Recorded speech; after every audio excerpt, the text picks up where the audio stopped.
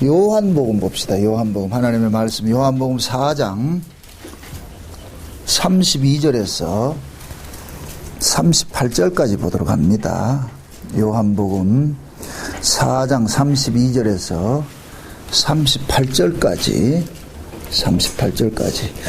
우리 찾았으면 같이 보도록 합시다. 다 같이 32절부터 봅니다. 요한복음 4장 32절 다 같이 봅니다. 가라사대 내게는 너희가 알지 못하는 먹을 양식이 있느니라.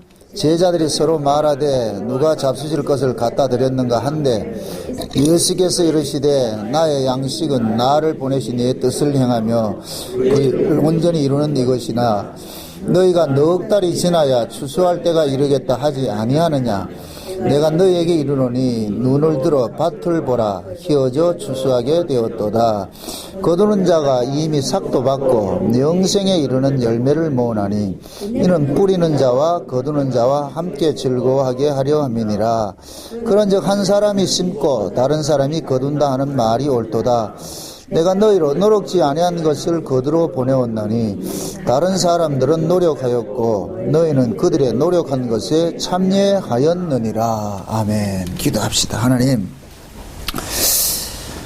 절기를 통하여서 계시되신 그 예수 그리스도에 대해서 우리가 또 상고하기를 원합니다. 이 시간도 지혜와 계시의 정신을 저희들에게 허락해 주셔서 이 절기를 통하여서 계시하신 그 예수님의 그 일생들을 다시 한번 우리가 상고할 수 있는 귀한 시간 되어지게 도와주시옵소서.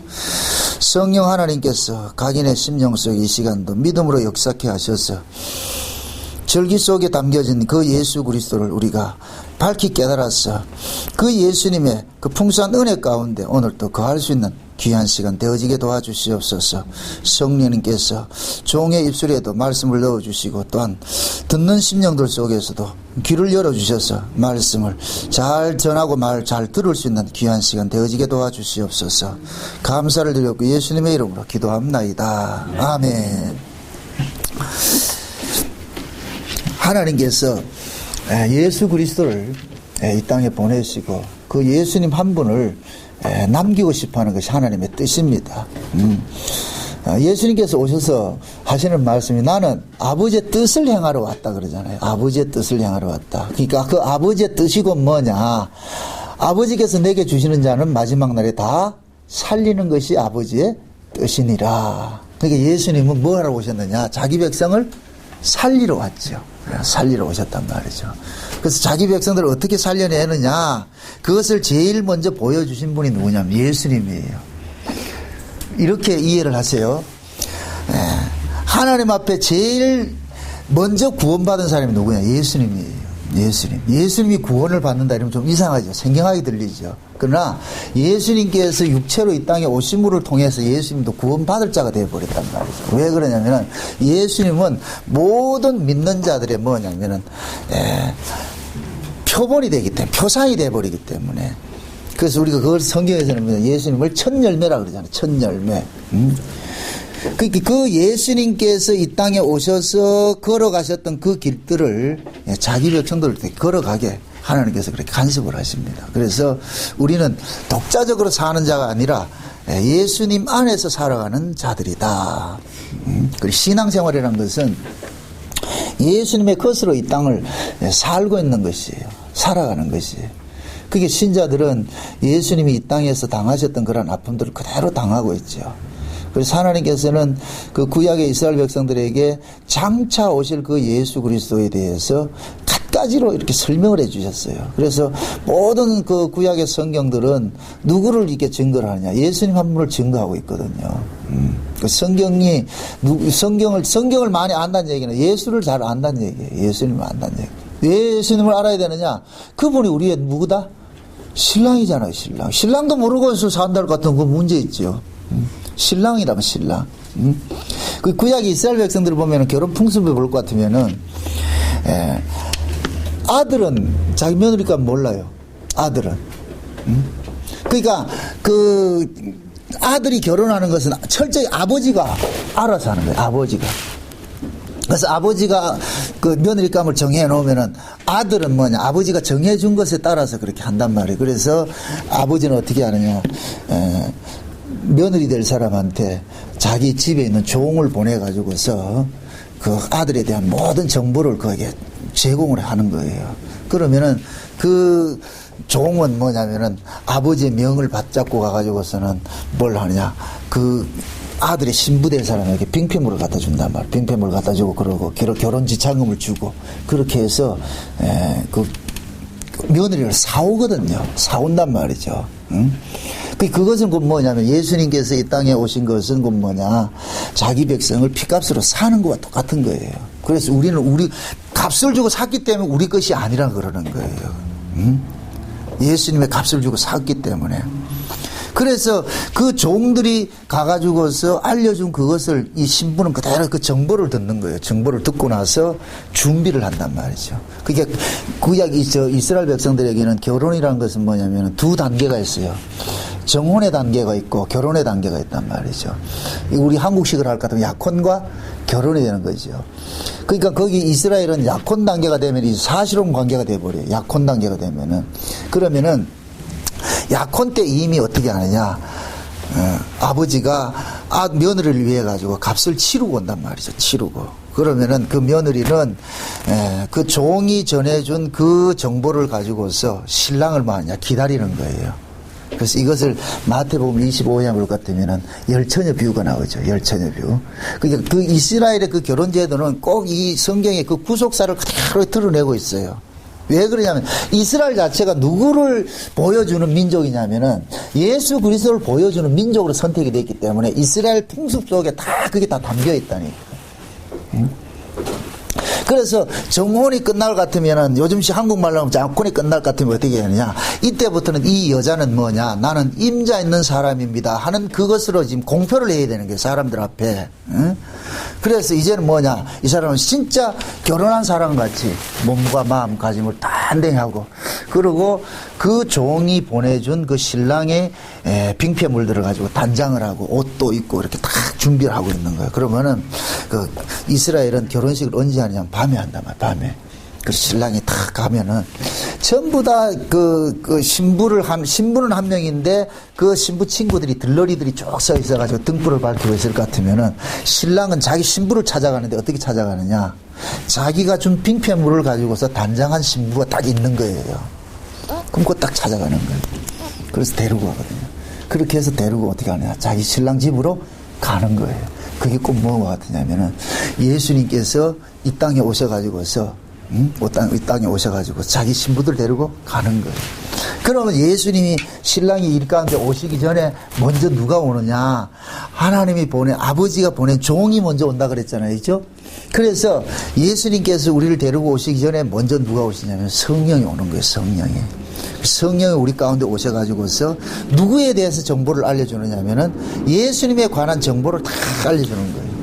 그럼 예수님에 관한 정보가 어디에 들어가 있느냐? 이 속에 들어가 있다. 이 성경이. 이 성경이 누구 이야기냐? 예수님 이야기란 말이에요. 예수님이 우리에게 준 연애 편지예요. 연애 편지. 여러분들이 연애 편지 한 번 읽고 이렇게 버리는 사람 없죠? 읽고 또 읽고 웃지 않는 사람들은 좀 문제 있는 사람들이. 연애를 하셔야지 이 성경이 이해가 된다. 그래서 우리는 이 성경을 볼 때마다 연애 편지 보듯이 봐야 되는 거예요. 설레야 되는 거예요. 이 성경을 들고 말씀을 들을 때. 구약의 이스라엘 백성들은 이 성경을, 백성들은 이 성경을 알 수가 없어요. 제사장들이 다 이렇게 읽어주잖아요. 그걸 읽을 때 그들은 그 성경을 읽으면서 그걸 듣는단 말이죠. 그 요한계시록 볼까 이 예언의 말씀을 읽는 자와 듣는 자와 지키는 자들이 복이 있다 그러잖아요. 그럼 그 시대 상황들이 다 같은 거예요. 그때는, 지금은 인쇄술이 발달해서 모두가 성경을 가지고 있지만은 그 당시에는 인쇄술도 발달되지 않고 다 이리 필사로 해가지고 파피루스 필사로 해가지고 했기 때문에 귀했다니. 그러니까 그건 제사장들만 가지고 있어서 성전에 갈 것 같으면 뭐냐, 안식일날 봉독을 한단 말이죠. 이런 해설도 없었다니까요. 성경 해석은 언제부터 시작되느냐? 신약의 성경이 오고부터 해석이 되기 시작하는 거예요. 구약에는 성경을 해석을 할 수가 없어. 그냥 그대로 읽으면 되는 거예요. 읽으면 되는 거예요. 그대로 읽는 것이 과거에 로마 캐토릭에서 했다니까.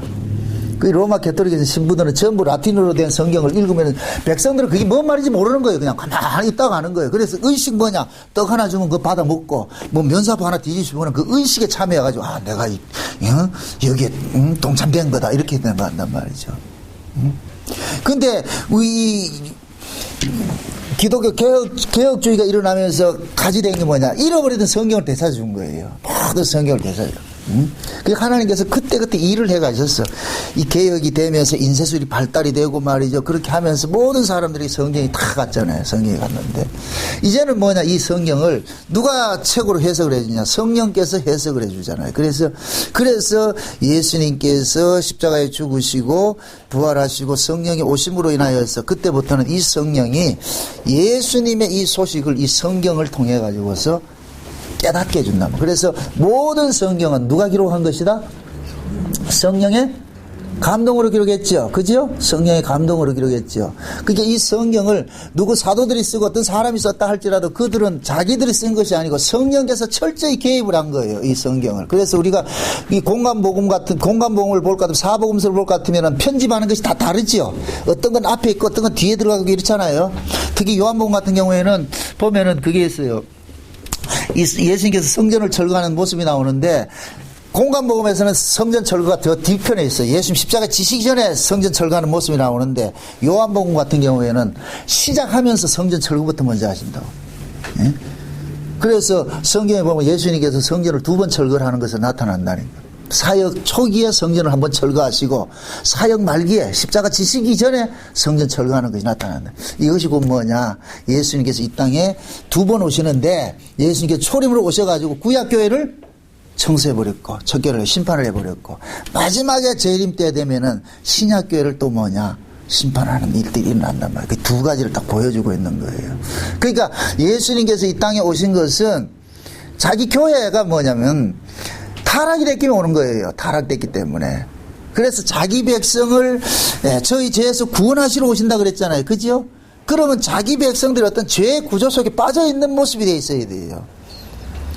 그것이 뭐가 되느냐? 교회가 타락으로 나타난다.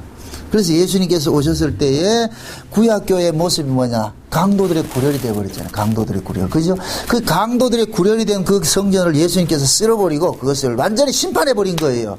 심판해버리고 나가지고서 예수님께서 뭐라 그래요? 이 성전 헐어버리라. 내가 새로 짓겠다. 그들은 46년 동안 지었던 그 눈에 보이는 그 성전, 예루살렘 성전을 예수님께서 이건 부정한 거예요. 왜? 성전은 성전의 기능을 하지 못하면 그건 성전의 자격이 없어. 성전의 의미는 뭐냐? 하나님과 화목이 이루어지는 것이에요. 성전은 하나님과 화목이 이루어지는 것인데 어떻게 화목이 이루어지는 것이냐? 흠없는 희생 제물을 통해서 화목이 이루어진단 말이죠. 그러면은 그 진짜 성전이 성전 역할을 할 것 같으면 흠없는 제물의 희생이 있어야 돼요. 그럼 그 흠없는 제물의 희생은 무엇을 상징하냐면 예수님의 십자가의 죽으심을 상징을 하고 있는 거예요. 그래서 구약의 율법적으로 드려지는 모든 제사는 누구를 하나 겨냥을 하고 있다니까. 그 겨냥이 누구냐? 예수님이에요. 예수님. 그래서 히브리서 10장에서는 사도 바울이 구약은 율법은 장차 오는 좋은 일에 그림자라 이렇게 하면서 율법으로 드려지는 그 제사로는 죄를 없이 하지 못하고 다만 죄를 기억하게 하는 것이다. 죄를 기억하는 것이다. 그러면서 뭐하냐? 그러는 거예요. 아버지여 보시옵소서 창세전에 예비했던 한 몸이 왔습니다. 이 몸이 왔습니다. 그래서 예수님께서 그러는 거예요. 내 몸 받으세요. 이게. 그러니까 예수님의 몸이 뭐냐? 구약시대의 율법 아래서 흠없는 제물로서 바쳐진 그 제물이 실상이 누구냐? 예수님이란 말이죠.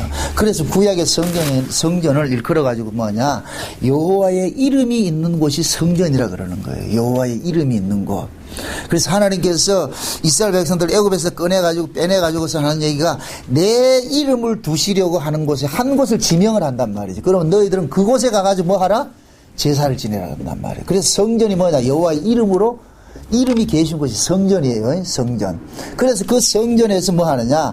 흠없는 제물을 통해서 하나님과 뭐가 되냐? 화목이 이루어진다니까. 근데 그 예수님께서 뭐라 그래요? 내가 성전이라 그러죠? 이 성전 헐어버리라. 내가 성전이다. 내가 사흘 만에 짓겠다. 그건 뭐냐? 예수님께서 십자가에 죽으심으로 비로소 뭐가 되느냐? 하나님과 화목이 이루어지는 거예요. 그러니까 하나님께서는 지금 무엇을 원했는데 예수님의 몸을 원하는 거예요. 예수님의 몸을 원했단 말이죠. 그럼 우리는 예수님의 그 죽으심을 근거로 해서 하나님과 뭐가 되느냐? 화목이 이루어지는 거예요. 그래서 예수님을 일컬어서 주의 이름으로 오시는 분이라 그러는 거예요. 예수님께서 예루살렘에 입성을 할 때 그러죠. 하나님께서 그 예루살렘에 예수님이 예루살렘에 입성을 할 때 하나님께서 집단적으로 뭡니까? 은혜를 부어가지고서 그 백성들이 전부 뭐 하느냐? 성령의 힘이 부어가지고 뭐 하느냐? 호산나 다윗의 자손이여 그러죠. 그죠? 호산나 다윗의 자손이여 주의 이름으로 오시는 이여 그러잖아요. 그러니까 그때는 그 백성들이 하나님께서 은혜를 주어가지고서 예수님이 이분이 주의 이름으로 오시는 바로 진짜 성전이구나. 그들은 고백을 했단 말이죠. 고백을 했다니까. 그러고 나놓고 그러니까 나중에는 이 사람들이 예수님을 또 죽이는 일에 앞장서잖아요. 그 모든 일들은 우리가 예수 그리스도를 주로 고백하는 것도 우리 능력이 아니고 우리 실력이 아니고 하나님께서 해주셔야 돼요.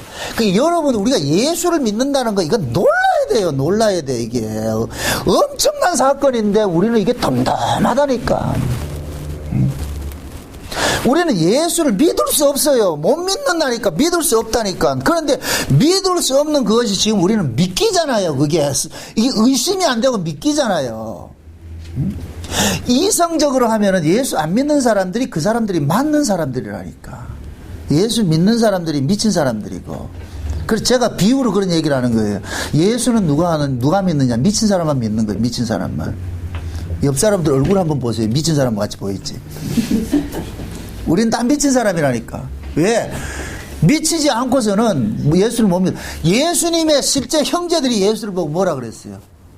미쳤다 그러고 귀신 들렸다 그랬죠. 예수의 형제들이 그랬다는 형제들이. 그게 진짜 인간적으로 봤을 때는 예수가 미친 사람이 맞죠. 내가 하나님 아들이다. 아니 이거 아는데 지가 하나님 아들이 돼. 누가 믿겠어요 그거를. 근데 그걸 받는 사람이 있다니까. 아멘하고 받는 사람이 있다니까.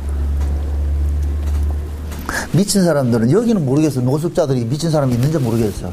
미친 사람 말을 알아먹어요. 여러분 정상적으로 가면 뭐 알아먹는다니까. 대구에 가면은 동대구역 옆에 볼 것 같으면은 이렇게 공원이 있는데 거기 가면은 미친 사람 많거든요.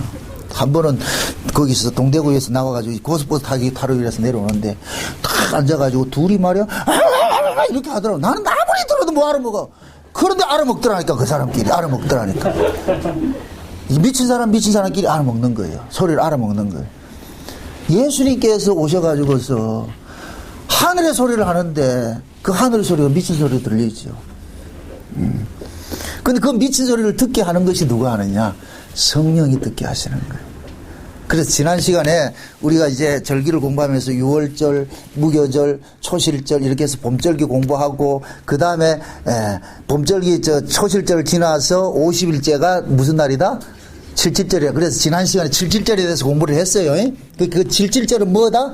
성령 강림이라 그랬어요. 그죠? 그럼 그 성령께서 왜 오셨느냐? 예수님께서 요한복음에 볼 것 같으면 예수님이 제자들 보고 그런 얘기를 하는 거예요. 14장, 15장, 16장에 볼 것 같으면은 성령에 대해서 쭉 설명을 해줘요. 그게 예수님께서 14장에 그러잖아요. 너희는 마음에 근심하지 말라. 내가 가면은 너희들이 거할 뭐를 만든다? 처소를 예비한다 그러잖아요. 처소를 예비하면 내가 다시 올게 그런단 말이에요. 그러면서 누구 이야기를 하느냐? 성령에 대해서 이야기를 하는 거예요. 내가 가면은 다른 보혜사를 너희에게 보낼 것이니. 그러니까 다른 보혜사를 보낸다는 얘기는 뭐냐? 거기서 말하는 다른이란 보혜사는 뭐냐? 예수님과 같은 보혜사인 거예요. 예수님과 같은 보혜사. 그러니까 예수님과 같은 보혜사라 이 얘기는 예수님도 뭐예요? 보혜사란 얘기예요. 보혜사. 보혜사란 얘기는 돕는 분이란 얘기거든요. 돕는 분. 그러니까 하나님께서 자기 백성들을 위해서 누구를 보냈냐? 예수님을 보냈잖아요. 예수님을 보냈단 말이죠. 그래서 예수님께서 자기 백성들을 하나님의 자녀를 만들고 하나님 앞에 나아가게 하고 하는 모든 일들을 예수님께서 돕는 일들을 하는 거예요. 돕는 일. 그러면은 육체로 오신 예수님께서는 자기 몸을 십자가에 죽으심으로 인하여서 우리의 죄를 대신해서 대속하는 이 일들을 하게 한단 말이죠.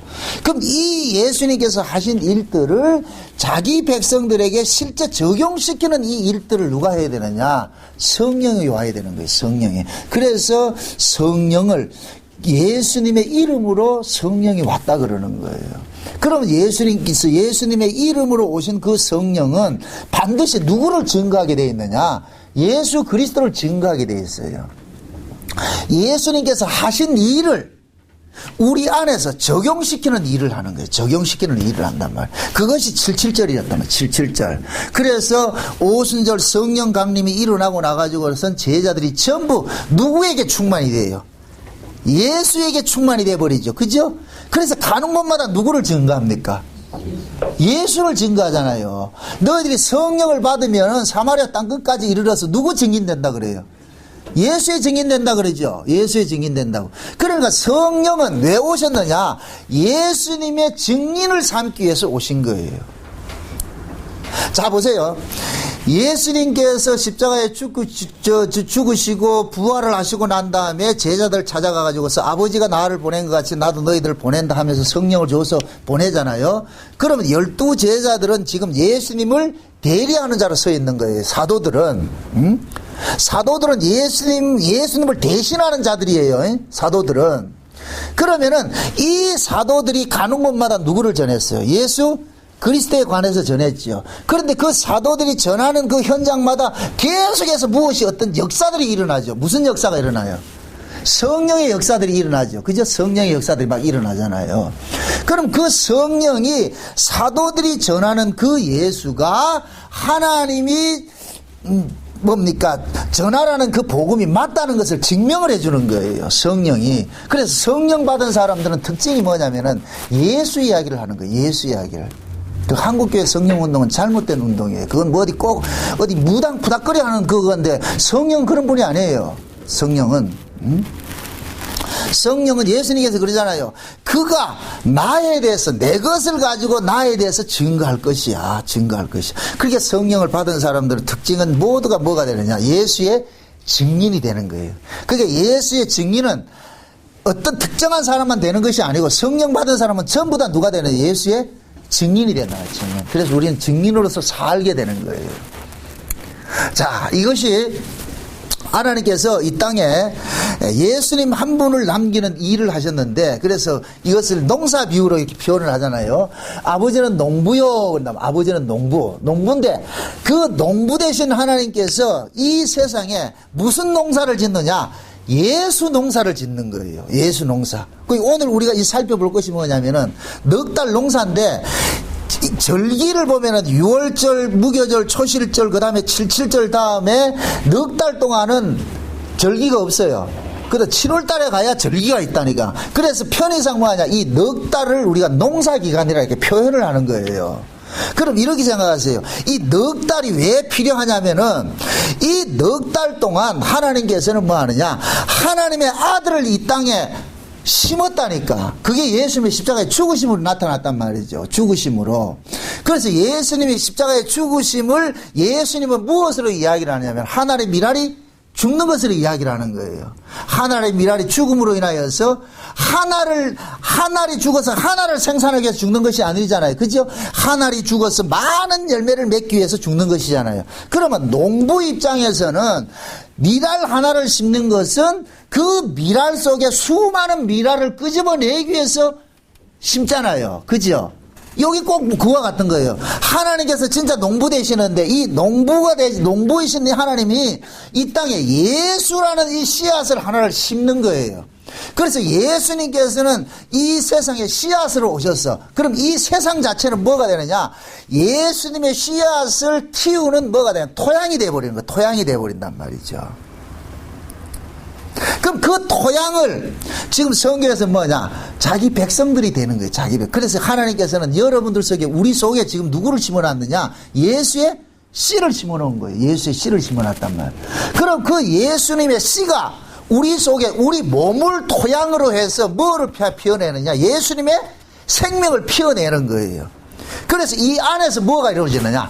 농사가 지어지는 거예요. 농사. 이것을 넉 달 농사 기간이라 하는 거예요. 넉 달 농사. 넉 달 동안 하나님께서 우리 안에서 농사를 짓는 거예요. 그러면 이 안에서 하나님께서 예수를 씨를 뿌렸는데 이 씨가 뭐냐? 씨라는 것은 반드시 뭡니까? 성장의 자람의 과정이 있잖아요. 자람의 과정. 그래서 신자들은 예수를 믿자 말자 바로 그 사람이 확 이렇게 완전하게 자라는 것이 아니란 말이죠. 마치 우리가 아이가 엄마 뱃속에서 나오면은 그 아이가 엄마의 보호하심을 통해 가지고서 장성한 자로 자라가듯이 예수님께서 우리 안에 오실 것 같으면 이것이 씨앗처럼 오셔가지고서 우리 안에서 이제는 예수를 여기서 키워가는 일들을 한다니까. 지금 이해되죠, 이 말이? 그래서 나중에 그럴 것 같으면은 우리가 뭐냐면은 그리스도의 장성한 분량까지 뭐라 그래요? 자라가라 그러죠. 자라가라. 창세기 1장에 볼 것 같으면은 하나님께서 창조를 하시는데 창조를 두 구분으로 창조를 하신다니까. 먼저는 어떻게 하느냐? 갈라내는 창조를 해요. 이것을 천지 창조라 그런다는 거예요. 천지. 하늘과 땅을 갈라내는 창조를 하는 거예요. 그 다음에 뭐냐면은 이것이 첫째 날부터 셋째 날까지는 갈라내는 창조를 하고 그 다음에 넷째 날부터 여섯째 날까지는 뭐냐? 갈라진 곳에 채우는 일을 하는 거예요. 그래서 저기 창세기 2장에 가가지고 천지와 만물이 다 이룬이라 그런다. 천지와 만물이 다 이룬이라. 요것을 지금 우리 구원 이야기라니까. 우리 구원 이야기.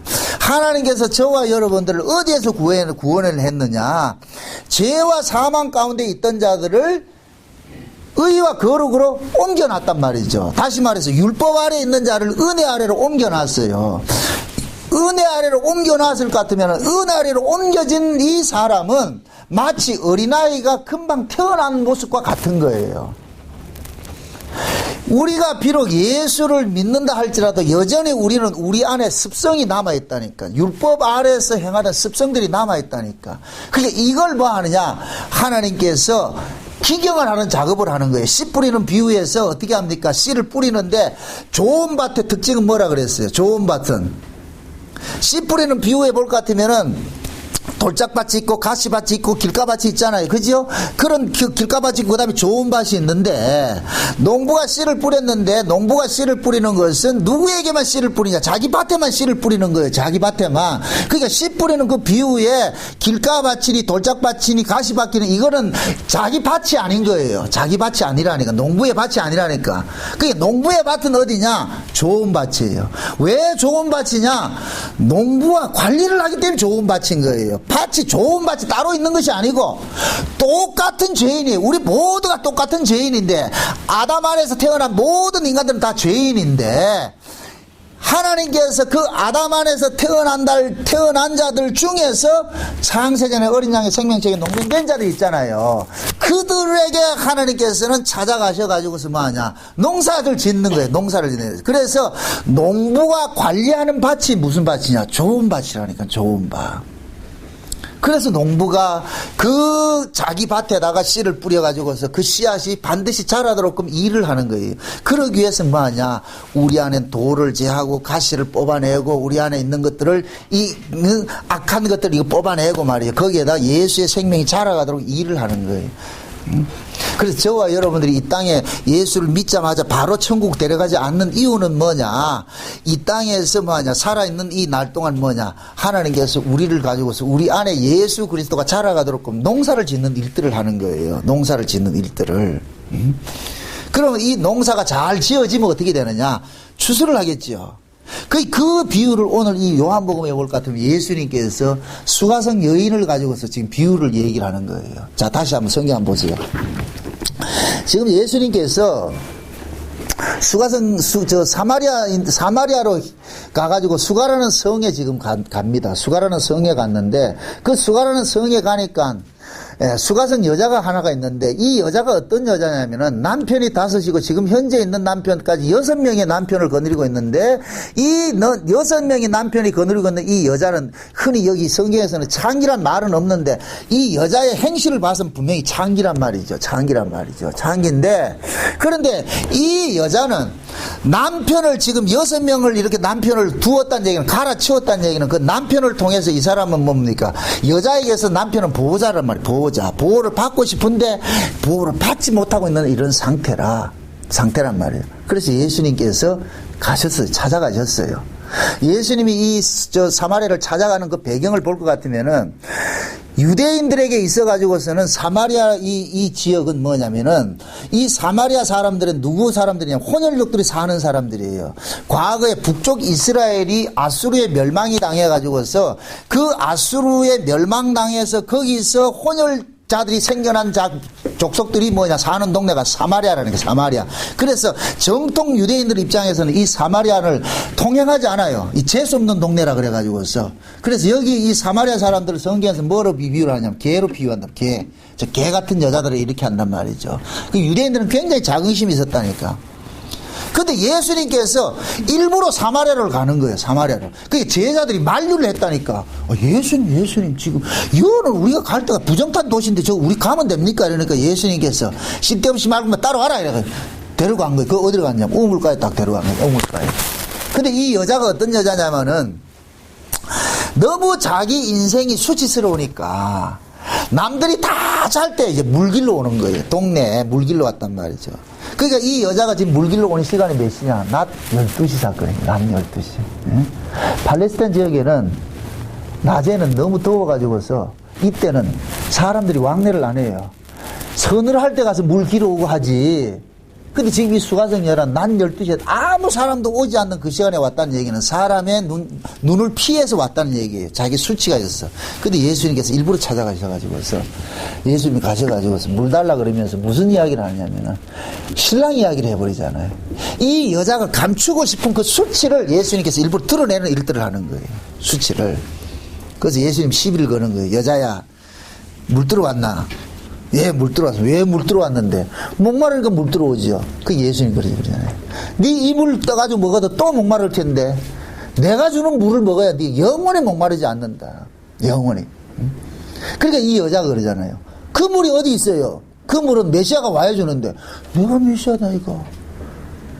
내가 주는 물을 먹을 것 같으면 그 속에서 영원히 생수가 솟아나가지고, 마르지 않은 생수가 솟아나서 가람이 없다는 거예요. 그러니까 이 여자는 뭐냐? 예수님께서 물 이야기를 하니까 이 여자는 알아먹는 거예요. 그 물은 메시아가 와야 주는 건데요. 그러니까 예수님께서 내가 메시아야. 그러니까 이 수가성 여자는 예수님께서 수가성 여자의 그러한 수치를 드러내고 이렇게 하니까 이 여자는 어떻게 하냐. 예수님께서 자기 죄를 고발을 하고 나니까 죄가 고발당할 것 같으면은 유대인들은 반드시 뭐 해야 되냐. 죄에 대해서 뭐 해야 돼요? 제사를 지내야 되잖아요. 그러니까 이 수가성 여자는 묻잖아요. 당신이 보니까 선지자인데 메시아고 선지자인데 그러면은 내가 죄가 이렇게 고발이 당했으니까 내가 하나님 앞에 가가지고 속죄 제사를 드려야 되지 않느냐. 그러니까 어느 성전에 갈까요? 그러는 거예요. 우리는 사마리아인으로서 예루살렘 성전에 가서 제사를 지내고 싶은데 저 예루살렘 성전에는 누가 못 오게 하기 때문에 유대인들이 못 오게 하기 때문에 그럼 우리가 지은 성전이 그 어디에 있느냐? 그리심산에 있는데 그 그리심산 성전은 짝퉁이라 짝퉁. 그럼 거기 가서 예배를 드려야 될까요? 아니면 저 예루살렘에 유대인들이 정통 성전이라는 저 성전에 가서 예배를 드려야 될까요? 물으니까 예수님께서 저것도 아니고 이것도 아니라 그러는 거예요. 이제는 신령과 진정으로 예배할 때가 온다 그러는 거예요. 예배할 때가 온다. 응? 그게 어떻게 되느냐. 신령과 진정으로 예배할 때가 오는데 그때는 그 때가 언제냐. 예수님께서 성령을 우리 가운데 오시면은 비로소 뭐가 되느냐.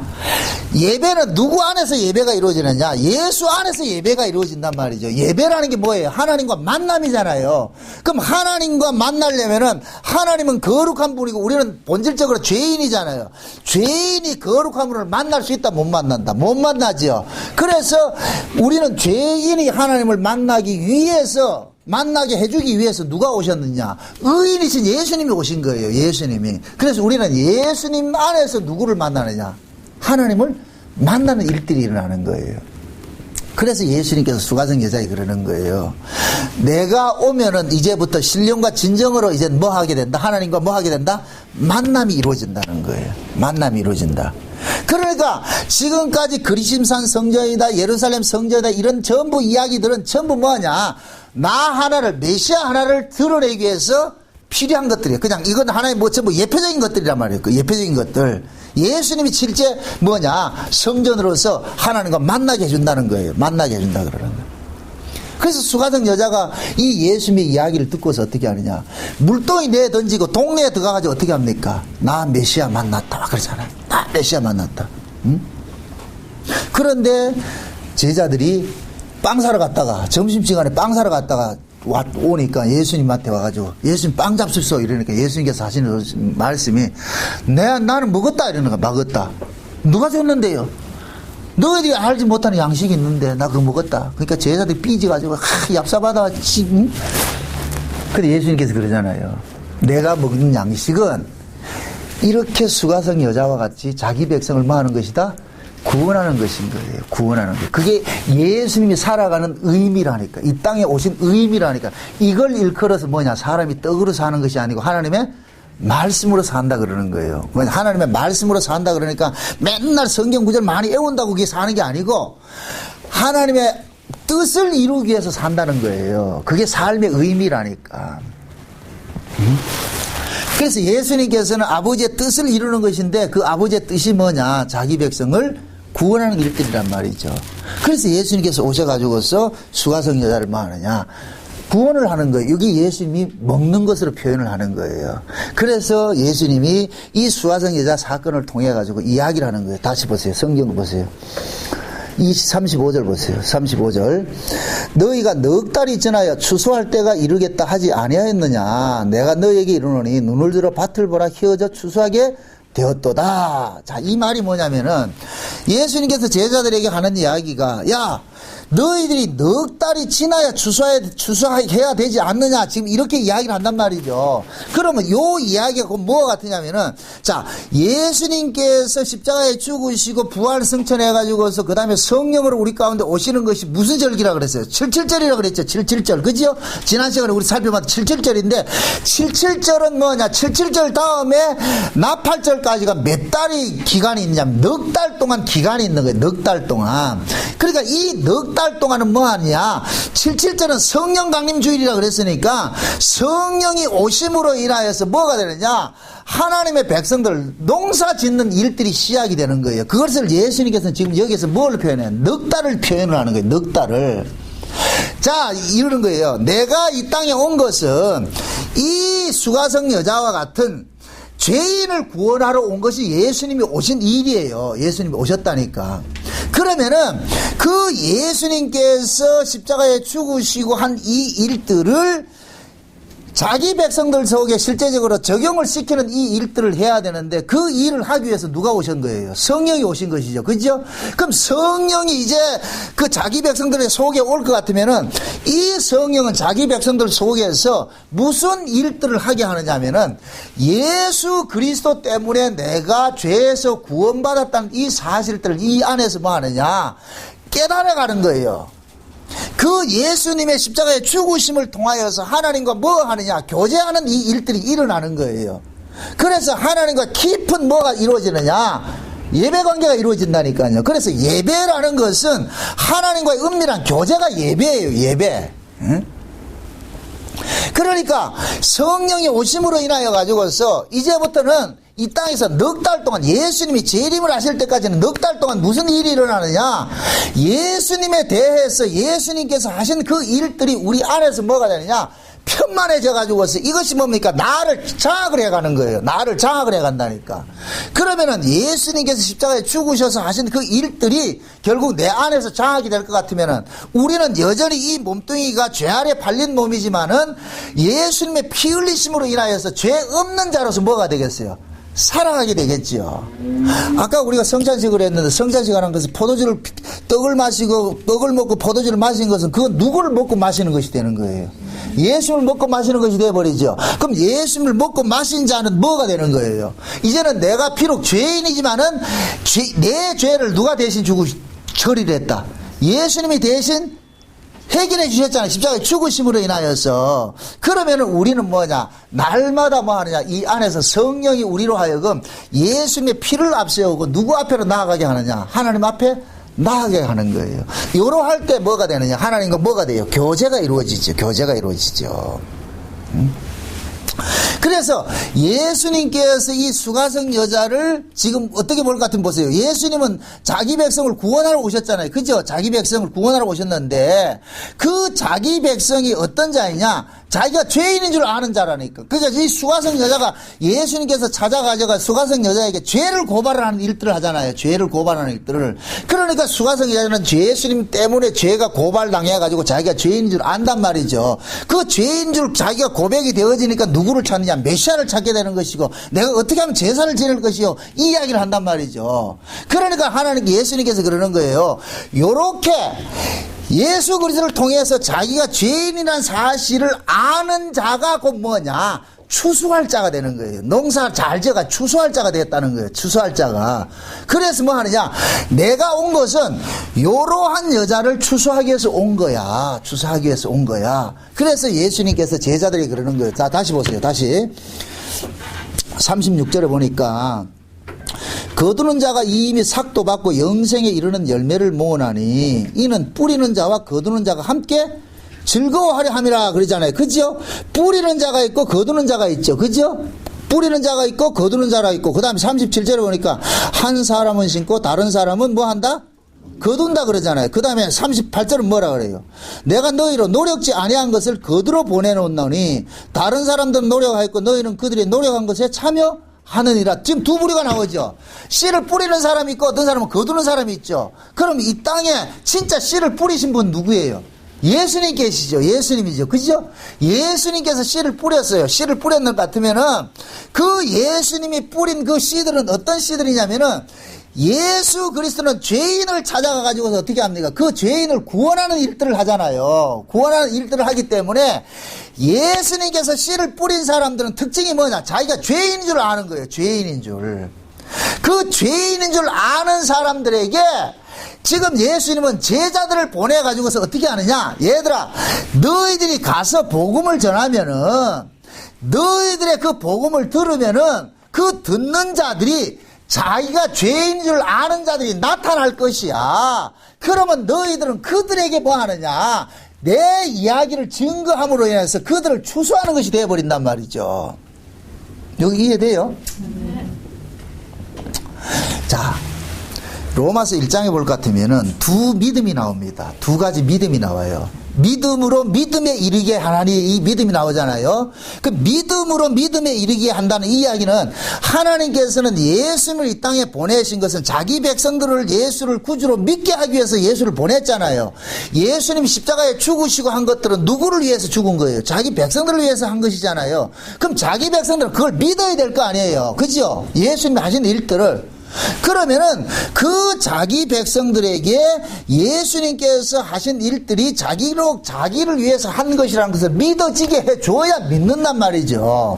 그러면은 그 예수님께서 십자가에 죽으시고 부활하신 이 사건들을 누구만 믿느냐? 예수님의 백성만 믿는 거예요. 그래서 하나님께서는 예수님의 백성, 자기 백성들에게 믿음을 준 거예요. 믿음을. 그래서 이것을 선물로 주신 믿음이라 그러는 거예요.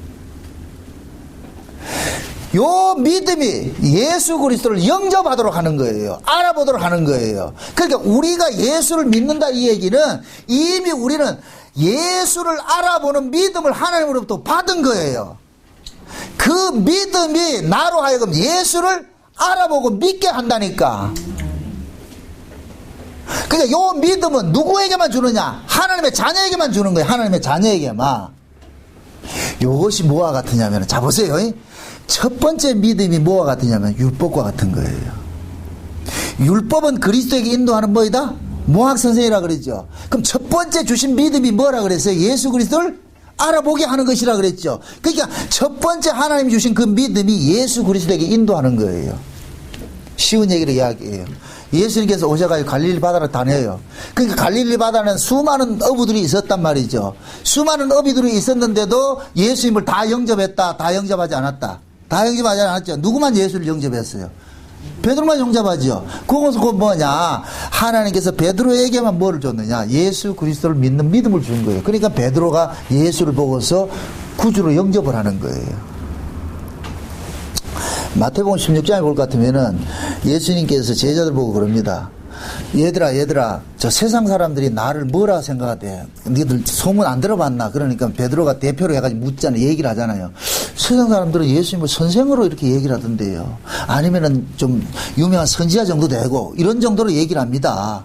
그래서 예수님께서 베드로 보고, 너는 나를 뭐라 생각하는데? 그렇게 했을 때 베드로가 뭐라고 고백해요? 주는 그리스도시요. 살아계신 하나님의 아들이라 그러죠. 그러니까 예수님께서 베드로를 칭찬해요. 그 베드로가 고백한 것의 출처를 이야기를 해줘요. 출처를 이야기해주잖아요. 야, 이 베드로야, 네가 내가 하나님의 아들이고 구주라는 걸 아는 것은 네가 한 것이 아니고 하늘에 계신 내 아버지께서 알려줬다. 내 아버지께서. 그러면 예수님의 아버지께서 베드로에게 예수가 주와 그리스도라는 걸 왜 알려줬겠어요? 베드로만이 누구기 때문에 하나님께로 난 자들이기 때문에 하나님의 구원받을 자들이기 때문에 그러니까 다른 사람들은 예수님을 그냥 선생으로 봤는데 베드로는 12제자를 대표하는 인물이니까 12제자들은 하나님께서 믿음을 줘가지고 요 믿음이 예수가 하나님의 아들이라는 걸 알아보게 된 거예요. 그래서 당신은 하나님의 아들입니다 라고 입술로 고백을 하는 거예요. 이걸 로마서식으로 뭐랄 것 같으면 마음으로 믿어 의에 이르고 입으로 시인하여 구원에 이른다 그렇게 하는 거예요.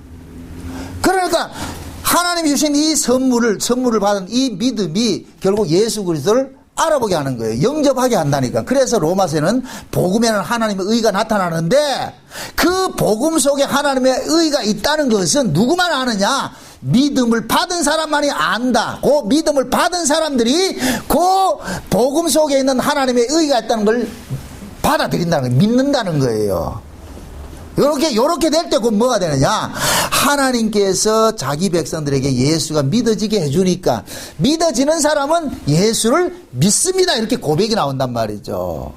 그래서 요한복음 1장에 볼 것 같으면은 예수님께서 자기 땅에 왔는데 자기 백성들이 알아보더라. 뭐 알아보잖아요. 그런데 알아보는 자들이 있는데 그들이 누구냐? 하나님의 자녀가 되는 권세를 받은 자들이에요. 그런데 그들이 누구냐? 사람의 뜻으로 나지 아니하고 육정으로 나지 아니하고 사람의 뜻으로 되지 않고 그게 곧 뭐냐면은 인간의 어떤 이성이라든 인간의 지혜와 지식으로는 예수를 믿을 수 있다 없다 그러잖아요. 오로지 뭐냐? 하나님께로 난 자들만이 알아보는 거예요. 하나님께로 난 자들만이. 그래서 지금 보세요. 예수님께서 수가성 여자에게 찾아간 것은 뭐냐? 이 수가성 여자가 창세전에 어린 양의 생명책에 농명된 자이기 때문에 찾아간 거예요. 찾아가서 뭐 하느냐? 예수님께서 예수님을 계시를 해줘버리는 거예요. 그러니까 이 수가성 여자는 메시아에 대해서 관심이 있단 말이죠. 그 메시아가 와야 날 구원하는데 예수님께서 내가 메시아다. 내가 메시아다. 그러니까 예수님께서 그 여자에게 말씀하신 그 내용들을 이 여자는 뭐냐? 예수님의 말씀을 전부 뭐로 들은 것이죠. 들은 것. 요렇게 들은 자들이 뭐가 되느냐? 하나님 보시기에 잘 익은 곡식이 돼버리는 거예요. 하나님이 구원 농사를 짓는데 하나님이 지으신 구원 농사는 어떤 농사냐? 자기 백성들이 예수를 영접하는 것이 구원 농사인 거예요. 예수를 영접하는 거. 그러면 그 예수는 누구만 영접하느냐?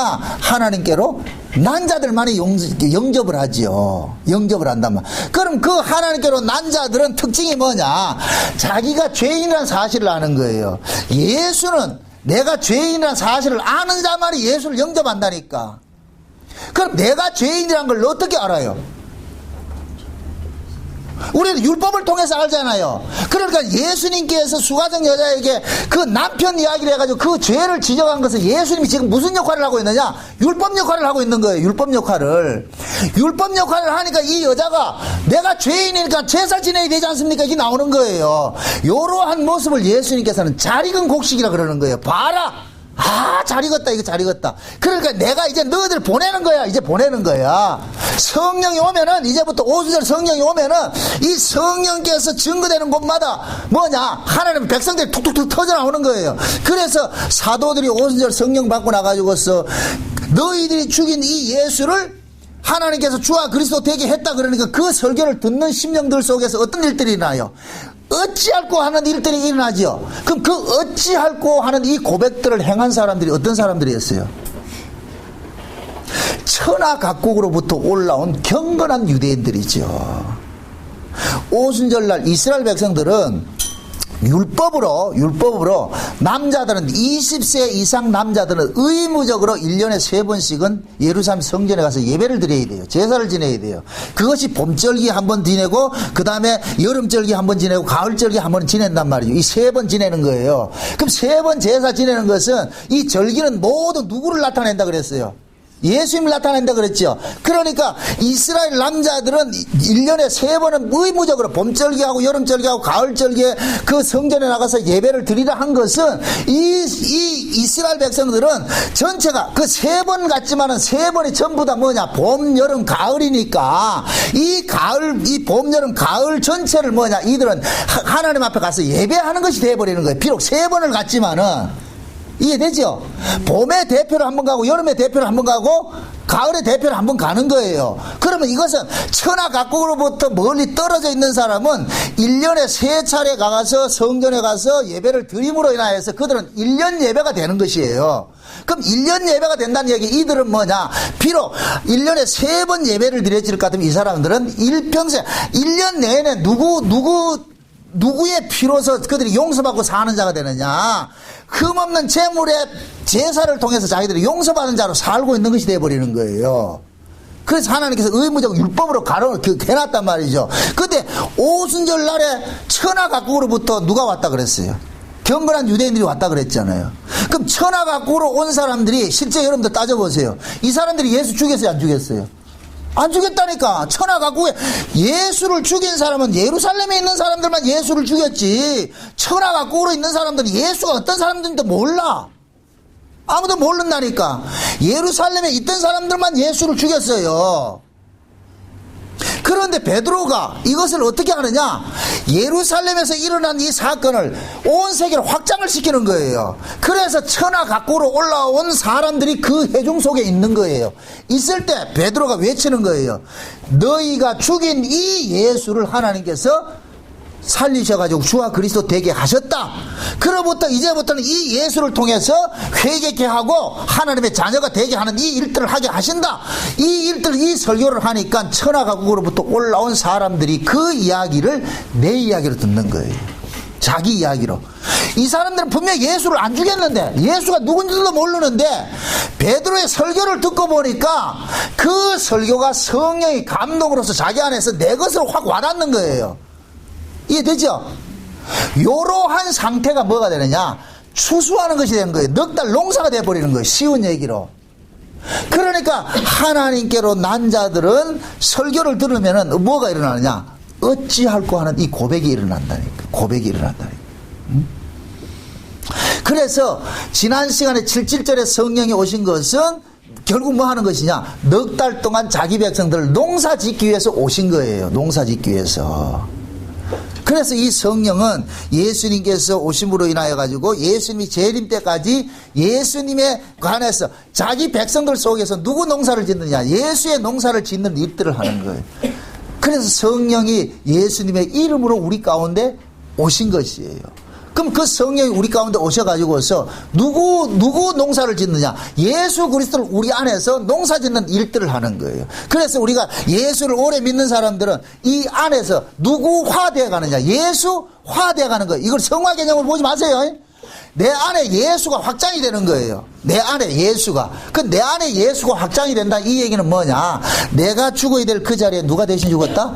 예수님이 대신 죽었다. 그래서 최고의 신앙은 뭐냐, 내가 괴가천사, 내가 천사 되는 그런 개념이 아니고, 나는 말할 수 없는 죄인인데 이런 죄인이 예수님의 피 흘리심 때문에 내가 용서받은 자입니다 하는 것을 우리는 절감하게 된다니까. 그래서 은혜를 많이 받으면 받을수록 내가 죄인 중에 개수라는 게 깨달아지는 거예요. 저는 과거에 율법에 특심할 때 내가 죄인인 줄 몰랐다니까. 너무 착한데. 과거에 내가 예수 안 믿기 전에는 말이야, 술도 많이 먹고 말이야, 개고신 짓들 많이 했는데, 예수 믿고 나가지고서는 그거 다 끊고 진짜 착하게 살았거든요. 근데 내가 죄인인 줄 몰라. 뭐가 죄인이야? 그러니까 교회에서 하도 죄인 그러니까 죄인 아니라면 좀 이상할 것 같으니까 그냥 상투적으로 죄인입니다 한다니까. 근데 내가 죄인인 줄 모르겠어. 너무 착하게 살아니까. 그때는 뭐냐, 내 행위에서 죄를 찾아내는 거예요. 찾아낸다니까. 그때 내가 예수를 믿지 않을 때에, 율법 아래에 있을 때, 내가 율법 아래에 있을 때에. 근데 내가 은혜를 입고 보니까 내가 뭘 하나 안 하나가 죄가 아니고 내 자체가 죄인이라니까, 죄덩어리더라니까. 내 이 속에서는 이 죄, 나타나는 죄는 안에 있는 그 원인에 의해서 나타나잖아요. 그래서 산상보훈이 뭐라 그랬어요? 예수님께서 죄를 뭐로 규정했어요? 구약에서는 살인을 해야 죄로 규정을 했는데 예수님께서 오셔가지고 뭐라 그래요? 살인은 그 동기부여가 되잖아요. 동기부여가 있잖아요. 원인이 있잖아요. 그게 뭐예요? 미움이라면 미움. 형제를 미워하는 것이 곧 뭐다 그랬어요? 살인이라 그랬죠. 그죠? 그러니까 우리가 행동으로 나타나는 것은 그것은 겉으로 나타난 것 뿐이고 실제 뿌리가 있다니까. 뿌리가 우리 안에 뿌리가 있다니까. 이 뿌리를 뭐로 그러냐? 미움과 시기와 질투와 분냄과 악한 생각과 정욕과 이것이란 이게 가난 질적 속이라니까. 우리 안에 우리 옛사람의 근성들이 있단 말이죠. 이 근성들은 토양만 되면 언제든지 나타난다니까. 지금은 우리가 숨기고 있을 뿐이에요. 이건 예수를 아무리 잘못해도 이게 사라진다 안 사라진다? 안 사라져요. 내가 명색이 복음 전하는 목사 아닙니까? 그죠? 근데 어떤 때 우리 마누라 때려 죽이고 싶을 때가 있다니까. 지금도 그렇다니까. 안 해야 되는데 꼭 미운 짓을 해요. 그러면 여기서 확 당그러진다니까. 그래서 늘 시험거리가 되어버려. 그러면은 내 속에 그러는 거야. 주야, 나는 하루에도 진짜 내가 이게 저 백지영의 노래한 같이 총 맞은 것처럼 이 속에서 말이야 뻥뻥 뚫리는 거예요. 야, 이게 안 되는구나. 근데 바리새인들은 뭐냐? 겉으로 도둑질 안 하고 살인 안 했으니까 나 살인 안 했잖아 이게 나오는데 예수님께서 네 속에 미움이 있잖아. 네 속에 시기가 있고 질투가 있고 미움이 있고 욕심이 있고. 욕심 없는 사람 누가 있어요? 우리 박근혜 집사님 욕심 없는 거야? 탐심 없는 사람 누가 있어요? 탐심 없는 사람이. 탐심은 다 있어요. 그 탐심이 결국에는 뭐로 나타나느냐? 도적질로 나타나고 사기로 나타나고 그런 게 나타난다. 거짓인 거 나타난다니까. 그거 없는 사람 없어요. 여러분들 오해하지 마세요. 성령은 우리를 착한 사람 만들기 위해서 오신 분이 아니에요. 성령은 끝까지 예수 그리스도를 증거하게 왔다니까. 너는 예수 그리스도 아니면 안 돼. 이것을 계속 증거케 한다니까. 그래서 성령이 우리 안에서 보혜사가 되셔가지고서 넌 예수 아니면 안 되는 거야. 예수 아니면 안 되는 거야. 아무리 네가 갈고 닦아서 잘 살아봐야 너는 죄인이야. 그래서 내가 나 죄인이 아닌데 할 것 같으면은 하나님께서 내 앞에 죄질 구석을 딱 만들어 놓는 거예요. 이게 가장 우리의 죄를 고발하는 대상으로 놓여진 사람이 누구냐? 가족이에요. 가족. 응? 그래서 가족이 왼수라 그러는 거예요. 우리 서영주 집사님 아닌 것처럼 하니까 내가 민망스러운데 아니에요. 우리는 참 그렇다니까. 밉다니까. 이게 이 속에 있어요. 그게 드러나지 않을 뿐이에요. 우리는 그것을 옮기지 않을 뿐이지. 근데 예수님께서 그러는 거예요. 그거 있잖아. 미움 있잖아. 응? 인간은 내 자식이고 부모 형제고 나 위에 다른 신이 없어요. 내가 신이라니까. 모든 우리는 선과 악을 어떤 모습으로 우리 구정을 하느냐. 내 몸뚱이 잘해주면 선이고 나한테 잘못하면 악한 자여야 되는 거예요. 자식도 내 말 잘 들어주면 착한 자식이고 말 안 들으면 미운 자식이라니까. 이거는 남편이고 아내고 소용없어요. 소용없다니까. 응? 때로는 내가 아주 황당할 때가 있는데 우리 집사람이 때로는 말에 천사같이 행동을 할 때가 있어요. 그런데 내가 조금 지 마음에 안 들 것 같으면 금방 뭐가 나오느냐? 헐크가 나온다니까. 헐크 알지? 헐크? 천사 아니에요. 천사 되는 사람이 없다니까. 여러분 보세요. 우리가 천사 되면은 누구를 안 믿느냐? 예수를 안 믿는다니까. 그러면 하나님께서 예수를 헛죽은 것이 돼버려요. 제가 이 성화주의자들하고 좀 다투는 그 이유가 그거예요. 저는 여러분들이 성화하는 걸 나무라지 않아요. 신자가 신자답게 살아야죠. 성령이 우리 가운데 오실 것 같으면 우리 안에서 누구의 형상을 다 함께 만들까요? 예수의 형상을 다 함께 만들죠. 여기에서 내가 못을 하나 치는 것이 우리가 예수처럼 온전해지지 않는다니까. 퍼펙트해지지 않는단 말이죠. 퍼펙트해지지 않는 이유는 뭐냐? 육신을 갖고 있는 나는 된다 안 된다? 안 되는 거예요. 그래서 우리의 궁극적인 구원은 몸의 구속을 필요로 하는 거예요. 몸의 구속을. 이 몸이 바꿔치기 당해야 된다니까. 아담 안에서 난 이 몸뚱이 가지고는 아무리 해도 안 돼. 이게 중풍병자라니까. 중풍병자 특징이 뭐예요? 머리로는 아는데 손과 발이 움직이지 않아요. 이게 죄인의 특징이라니까. 그래서 제가 그런 이야기를 하는 거예요. 죄인은 뭐냐? 정답을 가르쳐줘도 정답대로 살지 못하는 것이 죄인이라니까. 이게 중풍병자라니까. 응? 우리는 그에게 답을 아는 거예요. 그러니까 환장하는 거예요. 차라리 답을 모르면 애통함이 없는데 답을 아니까 답대로 못 사니까 뭐가 나오느냐? 미치겠다고 나오는 거예요. 그러니까 사도 바울이 로마서에서 정답을 얘기해 줬잖아요. 내가 하나님의 법을 즐거워하는데 또 내 속에 또 다른 놈이 있어가지고 하나님의 법을 싫어하는 놈이 있는데 이 하나님의 법을 싫어하는 놈이 누구를 이기더라? 하나님의 법을 좋아하는 놈을 이기더란 말이죠. 이게 이스마엘이 이삭을 이기는 것과 똑같은 거예요. 에서가 야곱을 이기는 것과 똑같은 거라니까. 그러니까 우리 안에 옛사람이 있어. 이스마엘이 있다니까. 이스마엘이. 이 이스마엘이라는 놈이 강한 자예요. 이 안악자손같이 강한 자라니까. 이 강한 놈이 약속으로 난 이 이삭을 괴롭히는 거예요. 바울이 그 로마 7장에 이 이야기를 하고 있는 거예요. 그래서 바울이 그러는 거예요. 오라 나는 곤관자로다 그러잖아요. 곤관자. 바울이 예수님과 방불하게 산 사람이에요. 그런데 바울이 뭐냐? 나 죄 못 이기겠더라. 그래서 나중에 바울이 뭐라 그래요? 내가 죄인 중에 괴수라 그러잖아요. 그게 언제 나오는 고백일까요? 예수 믿자 말자? 아니에요. 사도 바울이 그 디모데 전후서를 쓴 것은 죽기 전에 쓴 것이 마지막 유언과 같은 글이라니까. 거기에서 나는 죄인 중에 괴수라 그런다니까. 금방 예수 믿는 사람들이 어디 상투적으로 들어가지고 아이고 내가 죄인 중에 괴수입니다. 이게 시건방지게 까불고 있다. 그 고백이 안 나와요. 그건 언제 나오느냐? 예수 우리가 하나님 앞에 불려가기 전에 나온다니까. 주야 참 그럴 땐 할 말이 없어요. 죽이든 살리든지 모든 것이 하나님의 은혜입니다. 그 고백이 나온다니까. 그래서 우리는 낱낱이 뭐 하느냐? 이 말씀을 통해서 까발려 자가는 작업을 당하는 거예요. 그래서 성령님께서 우리 안에 오신 것은 우리 안에서 예수의 농사를 넉 달 동안 짓는 거예요. 예수님이 재림할 때까지 이 넉 달 농사를 짓는 거예요. 그럼 예수님이 재림할 때까지 우리 안에서 지어지는 농사는 뭐냐? 수가성 여자같이 나는 죄인입니다는 이 고백을 토해내는 이 농사를 짓는다니까. 그러니까 진짜 율법을 잘 지킨 사람이 누구냐? 수가성 여자가 율법을 지킨 사람이 되는 거예요. 모든 율법은 누구를 드러내느냐? 내가 죄인이라는 사실을 드러내는 것이 율법의 기능이란 말이에요. 율법. 그 율법은 곧 뭐냐? 말씀이란 말. 말씀. 그래서 하나님께서 애굽에서 나온 이스라엘 백성들에게 제일 먼저 시내산 도착해가지고 율법을 줘버리는 거예요. 율법을. 그 율법이 계속해서 이스라엘 백성들을 40년 동안 뭐로 고발하냐? 죄를 고발하는 거예요. 죄를. 율법을 통해서 죄가 낱낱이 고발당하는 거예요. 그러니까 광야 40년 동안 이 이스라엘 백성들은 율법이 뭐 하느냐? 농사를 짓는 일들을 하는 거예요. 지금 이해되죠? 그것도 보세요. 구름기둥, 불기둥이 다 앞서가지고 인도를 하잖아요.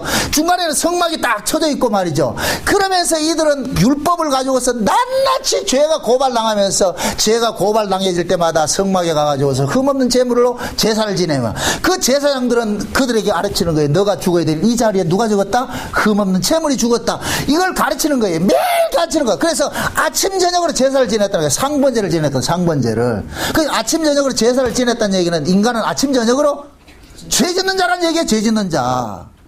그래서 우리는 꿈속에도 죄를 짓는다니까. 꿈속에서도 죄를 짓는다니까. 그게 인간이라니까. 어? 그러니까 하나님께서는 율법을 가지고 40년 동안 달달 볶는 거예요. 그래서 광야 40년 동안 애굽에서 나온 1세대들이 다 죽는 거예요. 오기 곧 뭐냐? 우리 옛사람이 죽는 거예요. 옛사람이. 가나안 땅에는 광야에서 태어난 2세들이 들어간다니까. 그래서 우리는 천국에는 누가 들어가느냐? 이 육신의 몸을 가지고 있는데 이 몸이 들어가는 거예요. 아담 안에서 난 자가 들어가는 것이 아니고 예수 안에서 난 자들이 들어가는 거예요. 그건 뭐냐? 예수 안에서 난 자들은 예수님과 같은 그 몸을 받게 돼 있는 거예요. 그래서 이 육신의 장막이 벗어지면은 하늘로부터 오는 장막을 더듬는다 그러죠. 그러니까 여러분들이 천국에서 살려면 천국에 필요한 몸이 있다니까. 천국에 필요한 몸을 가지고 살아야 돼요. 그럼 천국에서 필요한 몸은 어떤 몸이냐? 죄와 상관이 없는 몸이라니까. 죄와 상관이 없는 몸.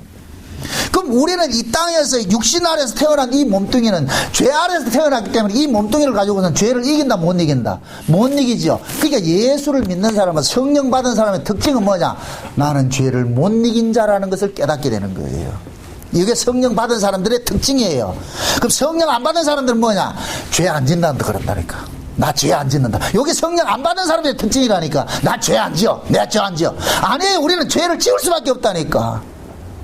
하나님께서 하시는 일은 그 아들이 드러나야 돼요. 아들의 희생이 드러나야 된다니까. 누구든지 내 아들의 죽음을 헛되이 하지 말라 그러는 것이 하나님이 이 땅에 던겨진 명령이에요. 명령.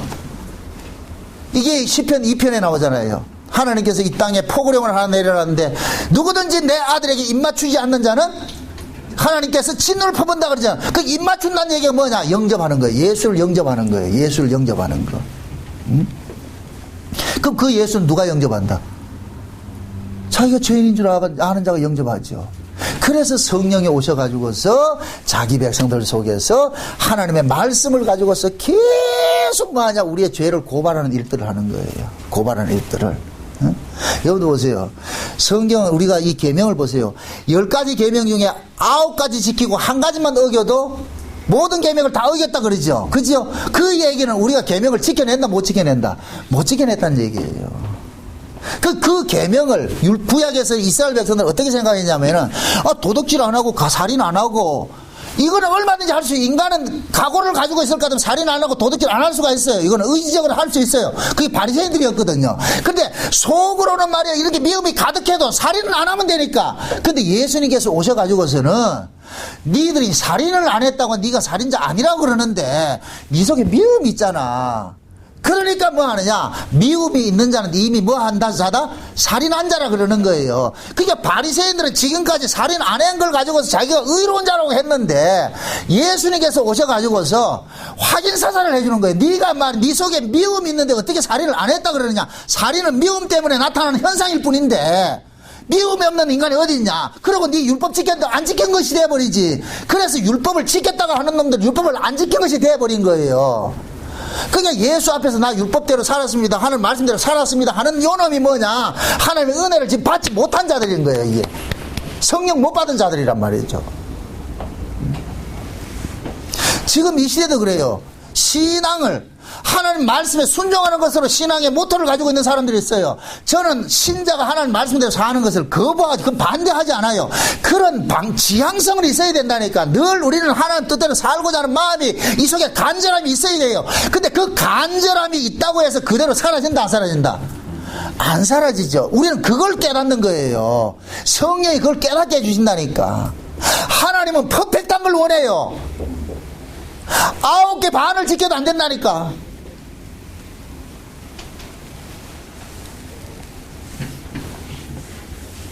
옛날에 몇 년 전에 뭡니까 한국에서 나라홍가 그거 로켓 발사할 때 실패를 했잖아요. 실패를 할 때 뭐 하나가 안 됐냐? 피어링이 하나 안 돼가지고 떨어져 버렸다니까. 그 로켓가 발사됐는데 한 가지만 고장나도 안 되는 거예요. 마찬가지라니까. 우리가 하나님 말씀 지켜내는 것도 퍼펙트, 하나님 퍼펙트한 거 원하는 거예요.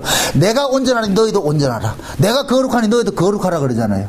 근데 죄인이 어떻게 거룩해? 하나님같이 어떻게 온전해져요? 우리는 못해요. 그럼 온전해질 수 있는 길이 딱 하나 있어. 누구 어떻게 하면 온전해지냐? 온전한 분 안에 들어가면 온전해지는 거예요. 이걸 예수 믿는 것이라 그런단 말이죠. 그래서 내가 거룩하니 너희도 거룩하고 내가 온전하니 너희도 온전하라 하는 그 소리는 곧 뭐냐? 예수 믿으라는 거예요. 예수 믿으라는 거. 그걸 문자적으로 내가 거룩을 만들어내라는 얘기가 아니고, 만약에 하나님께서 명령이 떨어졌다. 야 정나곤이 너 내가 온전한 것 같이 너도 온전하고 내가 거룩한 것 같이 너 거룩해. 이럴 것 같으면은 성령 받은 정나올 같으면 어떻게 해야 되냐? 하나님 어떻게 해야 온전해지는데요? 나는 이 죄 안에서 태어난 몸이 온전해질 수 없는데요. 그럼 하나님께서 뭘 알려주느냐? 내 아들 믿어. 이건 내 아들 믿어. 온전한 내 아들 믿어. 거룩한 내 아들 믿어. 그래서 거룩된 자 안에서 거룩해지는 거예요. 이게 하나님이 바라는 거룩이라니까. 요걸 일컬어서 뭐냐? 만물이 그리스도로 말미암아 그리스도 안으로 다시 돌아간다고 그러는 거예요. 그리스도께 나왔다 그리스도 안으로 돌아가는 거예요. 그래서 창세전 언약의 내용이 만물이 그리스도 안에서 함께 섰느니라 이렇게 고백을 하는 거예요. 이해되죠? 그래서 우리는 하나님 앞에 갈 때 누구 앞세우고 가느냐? 예수 앞세우고 가는 거예요. 그래서 우리 이마에 전부 누구 이름이 적혀 있다 그랬어요? 예수의 이름이 적혀 있다 그랬잖아요. 예수의 이름이. 그래서 신자들을 일컬어 가지고 전부 뭐라 그러냐? 양자라 그러냐? 양자.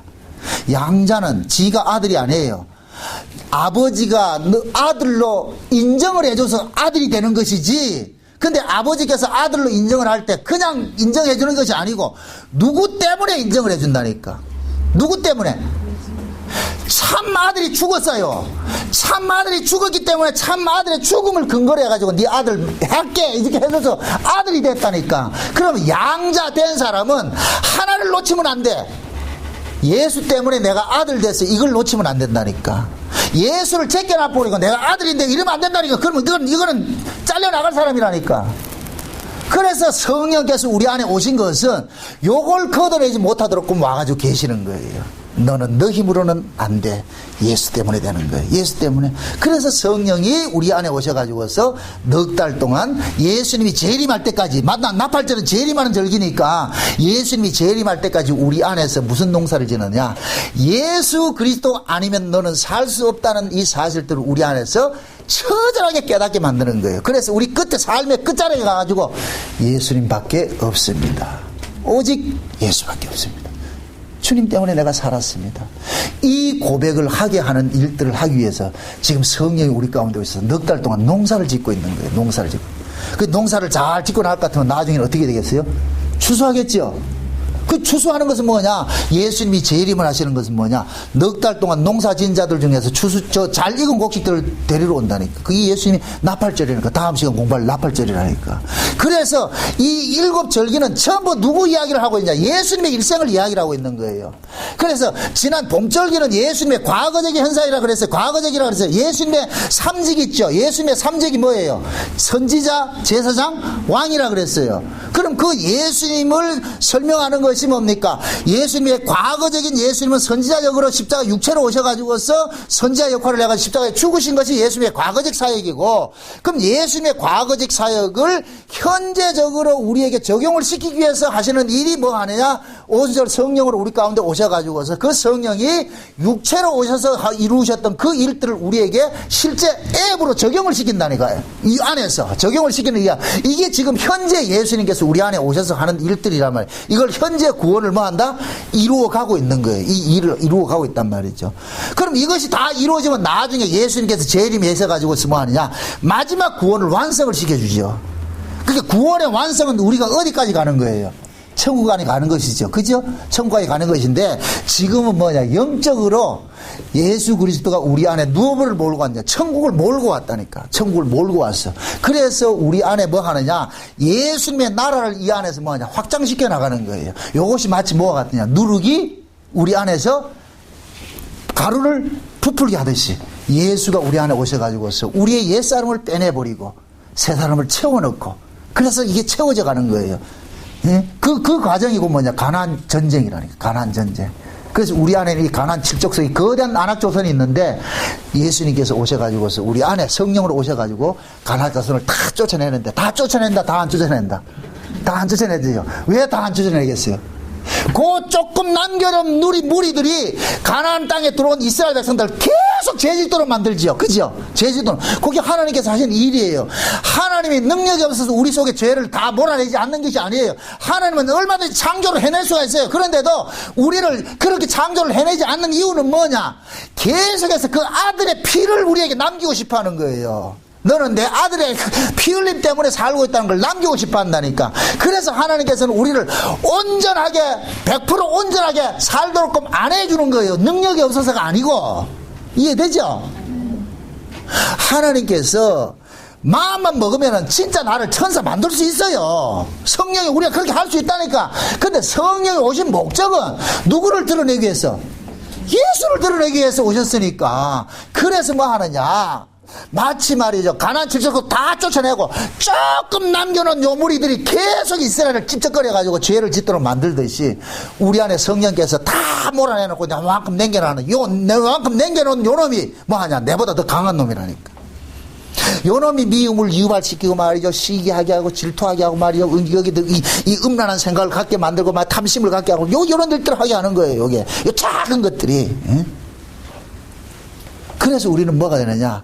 아, 이 몸뚱이를 가지고 있는 나는 안 되는구나. 그래서 뭐하냐? 천부여 의지없어서 주여 나를 도와주소서. 주여 나를 도와주소서. 그래서 성령이 넉 달 동안 우리 안에서 예수 그리스도를 온전히 붙여줄 수 있도록 일을 해가는 거예요. 이게 넉 달 농사 짓는 기간이란 말이죠. 그러니까 저와 여러분들이 이미 뭐냐, 하나님께서 우리 안에 예수의 씨를 뿌려가지고 농사를 짓기 시작을 했어요. 어떤 사람은 진행이 좀 많이 된 사람이 있고, 어떤 사람은 지금 처음에 진행된 사람도 있고, 어떤 사람은 다 딸 때가 돼 있는 사람이 있었고, 만약에 우리 유집사님이 완전히 익은 곡식이었을 것 같으면 올라갔을 텐데 덜 익었기 때문에 지금 못 올라가고 떨어진 거예요 지금 저게. 지금 우리도 마찬가지예요.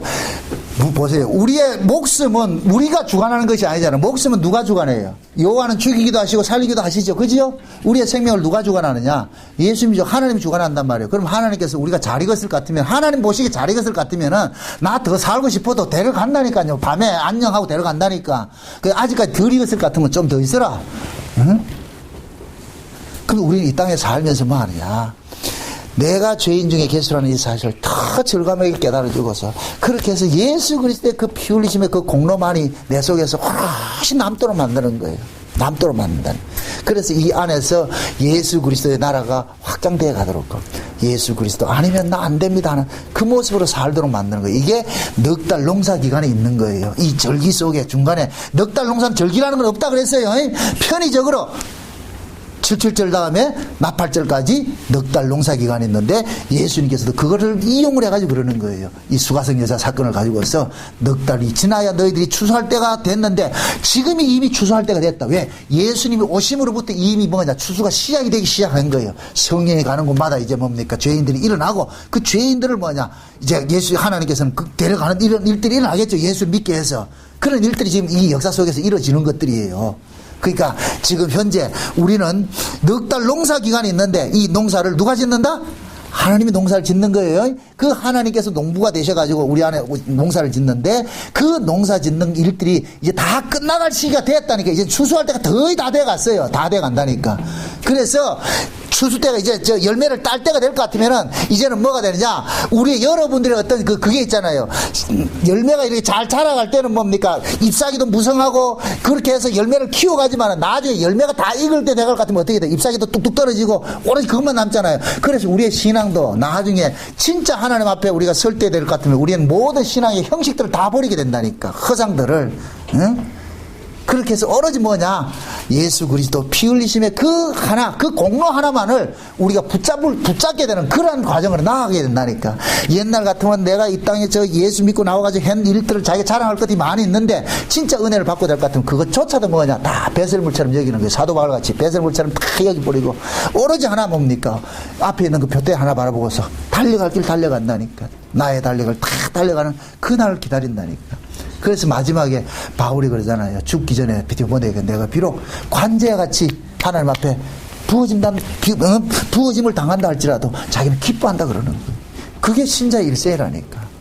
그래서 지금 하나님께서 자기 밭은 반드시 농사를 지으니까, 우리는 모두 하나님의 밭으로서 지금 선택이 받은 자들이에요. 그 증거가 뭐냐, 우리가 예수가 믿어진다는 거예요. 예수는 아무나 믿는 것이 아니라 그랬어요. 오로지 하나님께로 난 자들만 예수 믿어지게 한단 말이에요. 그럼 예수가 믿어진다는 이 얘기는, 아, 하나님께서 내 안에서 지금 뭐 한다? 넉 달 농사를 짓고 있구나. 그렇게 생각을 하시고, 그 농사 짓는 일에 앞으로 여러분이 남은 인생을 열심히 지어가시기를 주의 여러분 축원드립니다. 기도하십시다. 아버지 하나님 감사합니다. 하나님께서 우리에게 베푸신 이 은혜가 너무나도 크고 중요한 것을 이 시간 우리가 알았습니다. 넉 달 동안 우리가 농사를 지어가는데, 이 과정 속에 우리의 죄인됨은 낱낱이 고발당하고 예수 그리스도의 그 의로움만 더 오롯이 드러나는 이 농사 과정이 있다는 것을 우리가 알았습니다. 앞으로 인생 살아가면서 나는 후패해질지라도 오직 내 안에 계신 그리스도만 점점 오롯이 잘 드러날 수 있는 그런 은혜만 넘치게 도와주시옵소서. 예수님의 이름으로 기도합나이다. 아멘.